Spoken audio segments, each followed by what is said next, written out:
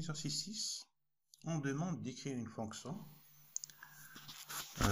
majuscule mot de CH qui met en majuscule la première lettre de chaque mot d'une chaîne de caractères CH. Par exemple, si la chaîne de caractères donnée c'est je mange du fromage où tous les caractères sont en minuscules, on va recevoir en sortie je mange du fromage, mais chaque mot il commence par une lettre en majuscule.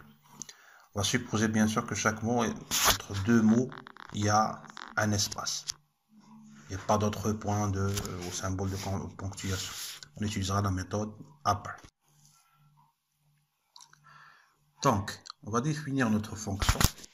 Son prototype, c'est majuscule underscore move, qui accepte comme paramètre une chaîne CH. Première chose à faire, donc on va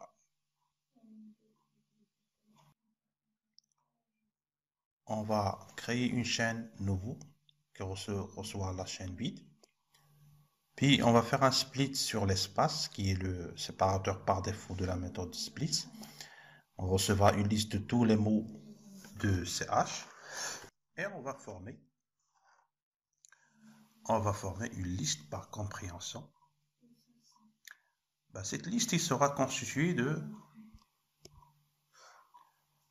tous les mots de T, mais d'une manière très spéciale. On va supposer que le mot c'est M, mais on va prendre son premier caractère, c'est M de 0. On va le mettre en majuscule grâce à la méthode upper. Et on va concaténer avec ce résultat-là, c'est-à-dire que ce caractère en majuscule, on va le concaténer avec le reste du mot. On a pris le premier caractère, c'est M de 0, majuscule, donc grâce à la méthode upper.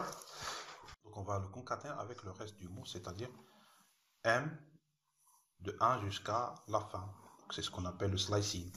C'est un slicing plus une concaténation pour chaque mot M de T. Une fois on a fait ça, il faut regrouper l'ensemble. En ajoutant un espace entre les mots, on va utiliser donc la méthode join. Cette variable, on n'a pas vraiment besoin de l'utiliser. Voilà. Donc on va utiliser la méthode join en lui donnant comme paramètre notre liste L et comme séparateur un espace. On va ajouter un espace entre chaque mot de L. Et on va retourner la valeur de la chaîne nouveau. On exécute.